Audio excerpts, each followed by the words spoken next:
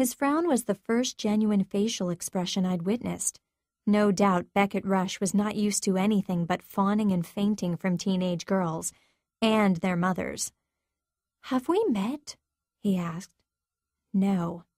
Digging into my backpack, I pulled out a magazine and flipped past the glossy cover. None of the girls looked like me. They were all rail thin, unlike my size 9, scrawny legs, where my own were muscular from years of cheerleading, and their hair displayed artful compositions of chaos and grace, while my long dark locks were stuffed into a messy bun on top of my head after an endless day of travel. "Are you sure so?" "Quite." Returning the magazine to my bag, I retrieved the sheet music I'd been working on for weeks, my audition piece. "Because now that I get a good look at you, you seem familiar." I swiped my fingers through my brunette bangs until they offered a little coverage. "I have one of those faces." "And you've certainly a strong dislike of me." I could feel his eyes study me as I reread the first 8 measures. "As if I've done something to you." "You have not." "Then it's your type," I said without looking up. "I know your type." "Well now, that's interesting." His cologne filtered my way and clung to my shirt where I'd fallen asleep against him. I probably had crease marks on my face from his shoulder. How embarrassing. "Did you have a good nap then?" Boys like him were only after one thing, and I was done with him and his entire species. "Fine, thank you." "Since we've established who I am," he lifted a blonde brow when I didn't respond, "the next line is where you tell me your name. I think if you're going to drool on me, we should at least be on a first-name basis." I sighed and looked toward the window where I saw nothing but dark sky. "You look like a myrtle to me," he said to himself. "Maybe a mavis, but I could be wrong." Finley. I tried to rearrange my mussed hair with my fingers. Finley Sinclair. Silence. Then his eyes widened. "Of the hotel fame." Here we go. My dad might own a hotel or two. 1 or 2,000? And then new understanding dawned. "Oh, you've had quite a year. I think I saw you on the cover of People some months back. Hotel heiress sneaks into club and parties the night away." That was last spring, and I had worked my tail off making amends, getting away from what my dad had called my crazy season. Thank goodness any small amount of notoriety I had did not extend to foreign countries. I would start over with a clean slate. The article was grossly exaggerated, and I'm sorry I took a photo op away from you. But don't worry, your wild child title is safe. I don't want it. Not anymore, though you couldn't tell it from my list of escapades last year, and I was done associating with people like Beckett or my ex-boyfriend, who just wanted to have a good time and didn't care about the costs.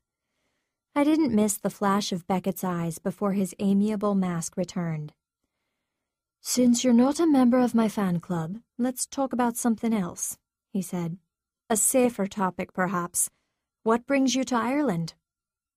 Years of manners drilled into me made it impossible to totally ignore him, but I wished I were still asleep, blissfully unaware of the choppy skies or whom I was sitting next to. "I'm going to Abbeyglen, foreign exchange program." And I was 2 weeks overdue. Instead of leaving last month like I was supposed to, I had opted for an orchestra camp instead. Now I would arrive mere days before school began. My body jolted as we hit another air pocket. "So, your parents wanted you out of the country?" "It was my choice, actually. My brother Will came here for his senior year, and I wanted to do the same. I hope to see every place he went." I thought of his travel journal in my backpack, sandwiched between a romance novel and 17, and Will's violin, stowed in the front of the plane, the one I would use to get into the New York conservatory. I'd stay in Abbeyglen through March, then go back to Charleston and graduate with my class. Just enough time to soak up the culture, buy my parents some souvenirs, and totally change my life.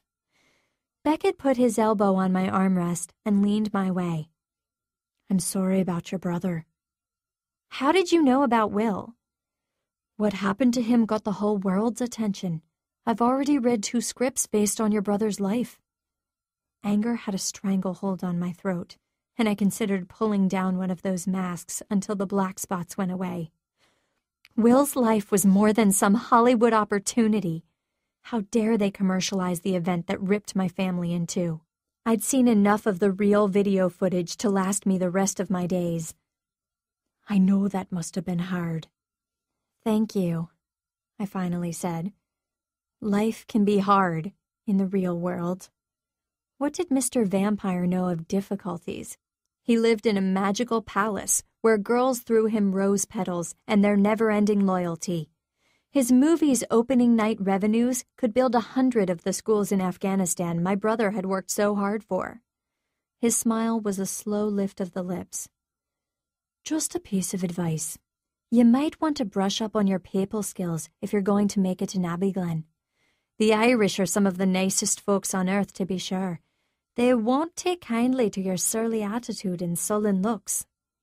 Beckett's eyes took a lazy stroll over my face, pretty though those looks might be. The boy was unreal. Does that seriously work on girls? Yes, he scratched his chin as he contemplated this. Yes, it does. I delicately cleared my throat and studied my nails. It did absolutely nothing for me. Interesting. I guess there's a first time for everything, he shrugged. So you don't care to sit by me, and you don't want my autograph? What is it you do want, Finley Sinclair? Some peace, some healing, to hear God's voice again. I wanted to find my brother's Ireland, to put it into song, and I wanted my heart back. I'll know it when I find it. I looked past Beckett and into the night sky. Or when it finds me.